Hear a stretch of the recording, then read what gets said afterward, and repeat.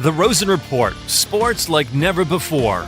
Brought to you by Gouche Live and Paramount Sports Management. Here's Rosie. Good Saturday afternoon, everybody. It has been a while, and we are getting back in the swing of things. I got my sweater from Torino hanging up in my place, a little extra light from the bathroom. I'm going to work that out real soon, but I'm looking forward to a kind of funny roundtable today. We've got obviously the king, my favorite producer of all time, the Fanshawe Kid, Jordan LaRoche, and a special guest sitting beside him. We'll introduce him in a little bit. He had a long flight, but getting a chance to sit beside somebody that he created. Let's just leave it at that.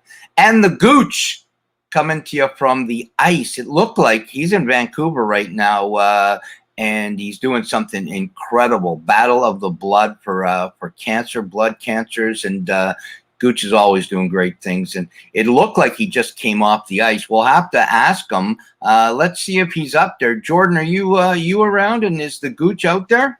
Yeah. Hey, Jordan, introduce your special guest who obviously we're all big fans of, and me and him have the same haircut. Who's sitting beside you? Well, there you go. Everyone, this is my dad, John. He just flew in from Thailand yesterday. Had a little layover in Germany on his way over here, but got in yesterday afternoon around 5-6 p.m. Hello, everyone. Nice to be here. Like I said to you off camera, John, it is a pleasure. I know Gouche has known you. I've just met you now, but you have done a great job with this young man. I still call him a Fanshawe Kid. I know he doesn't like that, but I don't care. He is he's a real good kid, hard worker, and a good kid. I got a lot of respect for him. Gouche, what are you doing? Wow. Were you on the ice? I'm on a 3-on-3 charity event with Norm Bowden. We just got beat. I just got off the ice. We lost, I think, 12-8, 12-9. But it's 3-on-3. It's just a lot of fun. People sometimes forget it's supposed to be fun, and guys are shooting from the other end to score, and there was a little bit of a ruckus, but we got it all figured out. What a great time. And, of course, Norm Bowden is here, the original Jet. But what's really fun about it is we're raising money for a very important cause, obviously the battle for blood cancer. Ryan O'Quinn has done such a marvelous job, and you can see, you only play half court. And I'm actually sweating, guys. Look at him, sweating. Well, don't hurt yourself. Let's see, are you wearing the jersey from our game? That looks beautiful. Yeah. I think that looks Josh Britton's jersey. I don't know how it got in my bag, but all right. Well, it looks nice. Yeah, well, it's a lot of fun. Listen, anytime, John, you know that. You've done it yourself. And you too, Paul, doing charity events to help people that can't help themselves. Of course, cancer touches us all. So it's really important that if we can give back, and it's lucky that I'm flying through Vancouver to go to Victoria to work on a very big project for Shoot for a Cure, Stop Concussions, and Safe for Sports. Malcolm Sutherland is here. So we're just hoping everything goes well in this pandemic. And hopefully on Tuesday, I got great news for us all. And we've got a great project in China for the Olympics. Fantastic. Just be careful coming through. Don't stop in Alberta. Struggling there, I'll tell you. Yeah. So before we get into it, John, talk to us about the journey from Thailand to Toronto. Well, yeah, I think it was 18 months in the making. I got to tell you, like so many people, COVID's struck, at the heart of our family, struck every part of our life. And, we battled through it. And, it's wonderful to see resilience of the people. And it's great to see that we're coming out of it, more importantly. I came through Bangkok, which is totally shut down, in mothballs and plastic wrapped, through Frankfurt, which was emerging. But I have to tell you that, Toronto Airport is alive and well. And it's great to see what life might be like coming back to normal. But it's great to see you guys. Great to meet you. Carrie, thanks for your hospitality. But by far, the highlight is seeing my son after 18 months. Oh, it's fantastic. Hey, listen, hey, Paul, I think this is funny. Robert Wine says, boy, does Jordan look like his father. Father has no hair or facial hair. I'm battling with that. Half the collar as well. So I wanted to ask John a question. So, John, Jordan's a huge Ranger fan. Obviously, you know the Gooch loves the Winnipeg Jets. I'm a huge Blackhawk fan. Where do your alliance fall? You know, I probably put myself in a category of being a hockey fan. I can find something to like about, you know, a lot of teams and most teams. But, at my base is probably the Canadians. But I'm a fan of every game that I watch. The Canadians and the Rangers in the same house. Wow. All right. Well, it looks like your team might struggle this year. When Eichel turns up in Montreal soon, so. Well, your team might struggle this year. I think Jordan's team is going to have a very nice year. I think my team looks pretty good, and I think Gouche's team, with any luck and no injuries, could go a long way. I heard him and Scott Taylor, one of my favorites, talking with Taylor. Good show today, Gouche. Yeah, it was a lot of fun. Listen, obviously, the rumors are that they haven't finished in Winnipeg. I talked to Scott a couple hours ago, just after the show. So there may be some more things coming, but I think it's really interesting that you say the Eichel story. I know that there's rumors that he may go to Montreal, he may be in New York, and here we got two guys that are probably, if you throw up some cash, guys, maybe you can go to your team. Where do you think he's going to line up, Paul? Where do you think Eichel ends up? I really think if the Rangers can make it work, he's going to New York, but I don't know that money. It's just the Sabres going to have to eat a ton, and then he still has to have the surgery. Like, how much time, Jordan, you're a Ranger fan, how much time are you willing to wait for him? I think the longer this goes, the more likely he's going to end up on a cup contender. I think, maybe not Montreal, but say like maybe even Winnipeg if they could shore up a little bit for him. Whoa, love that attitude. Is that because of the fact that he'll have the surgery, he'll go on long term, and he could be ready, like Kucherov did, he could be ready for the playoffs? If that's the case, I could see him going to a Winnipeg or a Vegas or even a Colorado, someone that, the Sabres will eat a ton of the contract, and you just bring them in for the playoffs. That could be a nice, sweet move in Winnipeg, Gooch. And Vegas is one of those teams that was kind of in on Eichel from the very start. That we kind of got hints from the Ryan Reeves trade that the Rangers were trying to send off Vegas by taking Reeves off their hands. But I think Vegas is fully back into this now. Wow. Isn't the worry really, wherever he goes, what is that team going to have to give up to take him? And he's holding out a little bit now. So any team that he goes to is going to look a lot different when he winds up there. And you guys all know with a neck injury, that's a difficult one, especially when you start doing surgery. You just know where a guy comes out of. What about Chara, guys? I want to hear your opinion. Obviously, the Gentle Giant is obviously going to Islanders.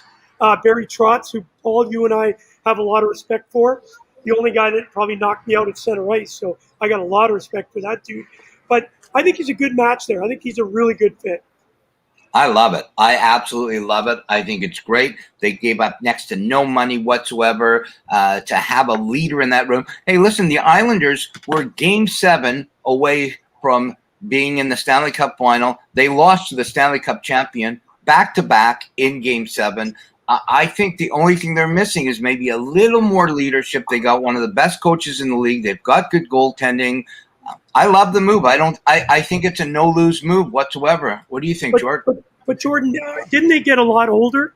They got a lot older this year. They did. But bringing in Chara and bringing in Parise earlier this week, that's a little bit of age. But I think Chara is going to be just as good as anyone on that roster right now. They already have a solid decor with Brett Pesce, Ryan Pollock, a couple other guys with Nick Leddy there as well. So he's going to slot in there, probably on a bottom pair, and look really solid for a couple of years there. And, with Sorokin there, there's some security on the back end. And I think right now they need a little more offense. So I think that's really where they'll be without struggle this year. I tell you, when Nick Leddy left the Hawks, that was a hard one. John, I wanted to ask you a question. Obviously, sorry. Go ahead. Sorry, I'm having some internet issues, I think, here. One of the questions I wanted to ask John, obviously from far away, being overseas, who do you think did the best job in this offseason to get prepared to either make a Stanley Cup run or even make a run just to make the playoffs? It was an interesting offseason. But I like to call the Islanders, the perennial underdog, and they keep being overlooked. They made only a few tweaks, but they'll have their captain back this year. They'll have Chara on defense, brings a little bit of up front and on the back end. I mean, I think they're as good as anybody this year, and no overhauls or anything like that, but they're as good as anybody. And it also scares me, a number of the teams with the UFAs outstanding. So you could see a little bit of a juggle there, but I think the Islanders are going to be overlooked again early, but I think they're going to be there in the end. Hey, Paul, if I could ask you that same question. Obviously, we did the Central Division. A lot of people, Paul Maurice, one of them saying that the Winnipeg Jets is probably the most balanced team he's had. I said to Scott Taylor this morning, I'm really concerned with Paul Maurice if he doesn't have a successful season, if they're going to change. They're shooting pucks at me, guys. Keep saving a beauty. Well, what are your thoughts on, obviously, the team? I'm a Winnipeg. I think Winnipeg's going to do very, very well. What about your thoughts on a team that you think also did well in the offseason? And you can pick your Chicago Blackhawks because I like what they did. I do. I love what the Hawks did. I love bringing Fleury in to stabilize that goaltending. I love the young Finnish kid. I think he's got a great future. Having a chance to get Jonathan Toews back, picking up Seth Jones. I just and some young re-signing Murphy. I like what they've done. I think the Winnipeg Jets, if they get, this is the key. Okay, I don't want to jinx that. Okay, so anybody watching in Winnipeg, don't throw darts at me. If they get lucky and have no injuries, Scheifele can come back. His head is clear from that nonsense that happened. He's a hell of a player and a super nice guy. I think forget about what happened. There was no intent in any of it. And Hellebuck can be world class. They could go to the Stanley Cup final, but that's a huge if. A huge if, but I really, and I'm not saying this to kiss Jordan's bum because his dad's beside him. I love what the New York Rangers have done. Yeah, and just kind of touch on that a little bit. They haven't really, they brought in some more depth, like Sammy Blais, Ryan Reeves, to kind of shore up the bottom six, but we're going to have a huge influx of young guys again this year. With Nils Lundqvist, who played in the Swedish Hockey League last year. He's one of our top prospects coming in this year. Zach Jones as well, who played at the end of last season after winning the Hoey Baker. So I think we have some real good prospects that, I don't know if we really need, but we could move that for, not sure what happened there. Do you know what I think, Jordan, really quick, that you said? Sometimes a team, it's what they don't do, not what they do. I don't think they didn't panic, which I really liked. There was a lot of issues with that game against Washington and that they could have panicked. They didn't panic. Lafreniere and some of the other guys at Benedict, I just think there's so much there that has another year to mature. Goaltending is going to be critical. If the goalies they're both young, if they can play the way the potential is there, I think this team has got, and even if next year's not the year, this team could win a cup in the next 5 years. Yeah, I think in probably 2-3 years, we're going to have one of the best D-cores in the NHL after Lundqvist and Zach Jones get a couple more years. And just up front, Ryan Reeves actually said when he was talking to the Rangers that I'm the answer to your Tom Wilson problem. So there's no doubt about that. One of my favorites. I can't wait for that first game of the Rangers and the Capitals. Yes, Tom Wilson's had his way with the Rangers for way too long, and I'm glad they actually finally did something about it. Hey, listen, guys, I picked up a superstar for the Jets. Look at this one. Whoa, look at that. Look at his shoulder pads. That is Norm Bowden. He's 80 years old. He is unbelievable. Take a peek at the shoulder pads one more time. They're Red Green's favorite. Gouche, does Ron Ellis know that he took those out of the archives from the Hall of Fame? Well, it's all gaffer tape. I don't think there's a stitch on them. Wow. That looks great. That looks absolutely great. Hey, George, about your Rangers real quick. Do you think Adam Fox is it the real thing? Like, obviously, Great year, phenomenal. Will it happen again next year?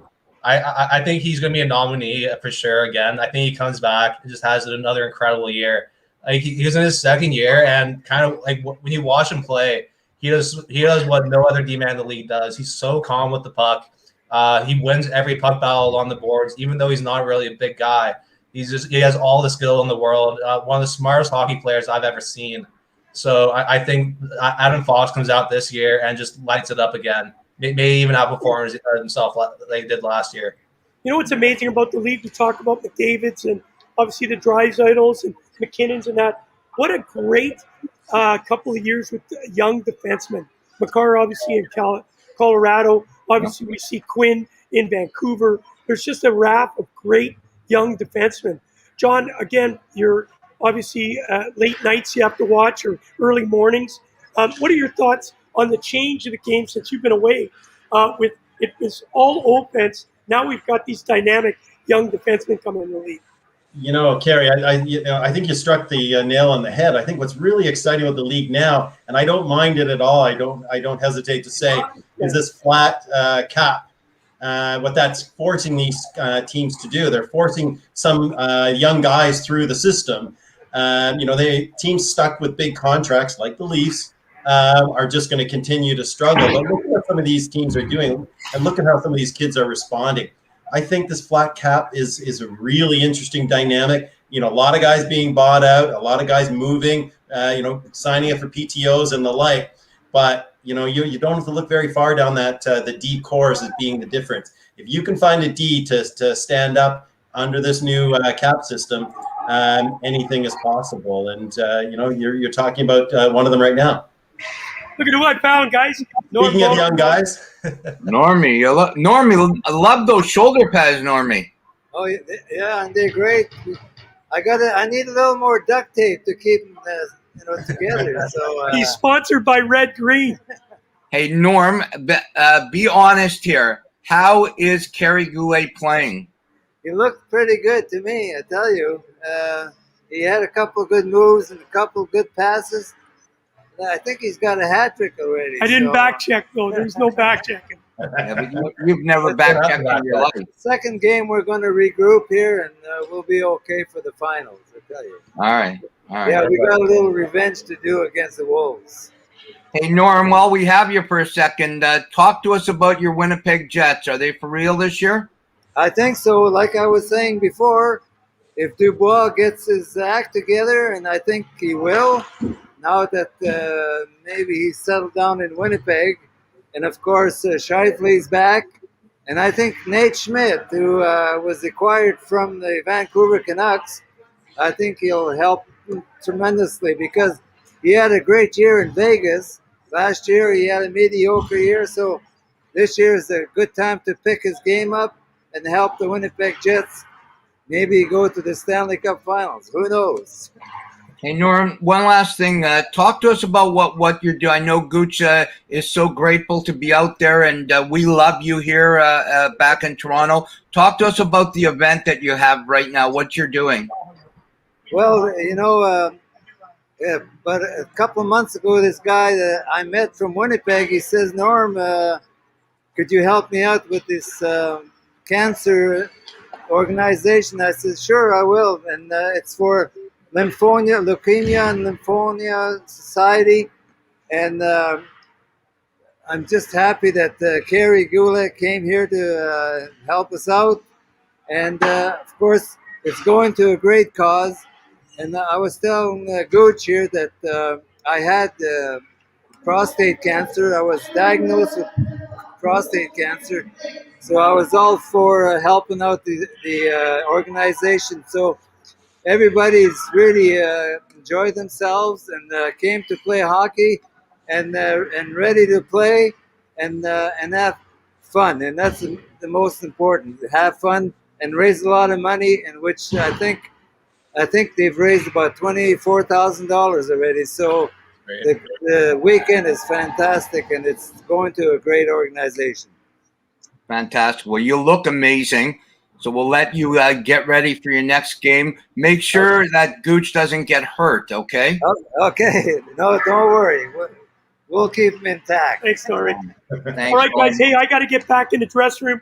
Can't thank enough. John, I can't wait to get home to hang with you two. I've just heard, Paul, listen to this rumor. It could be a rumor. On September 29th, we're going to be in Ottawa, and I got to make a call tomorrow to see if I can get us to see Tim Schnitzel. That'll be fantastic. But Robert Wine, we're in your hometown. Is it true? 100%, all done. All right. I got to go to the dressing room, guys. Yeah, Get Robert. these guys pumped up. Take See it you guys. easy, Gouche. Be Good luck. well. Good luck to you. Wow. Let's talk about having some fun on the ice. You know what? Norm Bowden looks amazing. 80-something years old, and he looks incredible. I'm 61, and can I make it 19 more years? I don't know. You look pretty big there too. Yeah, absolutely. I'm just looking in the background here. The Jays came back. It's the fourth inning, and they're up 4-2 now. So that looks good. What's on the before we end our roundtable today? What's on the agenda to the rest of the day, John? You just going to take it easy and get acclimatized to Canada again? Well, with the 12-hour time difference, the hardest part is behind us.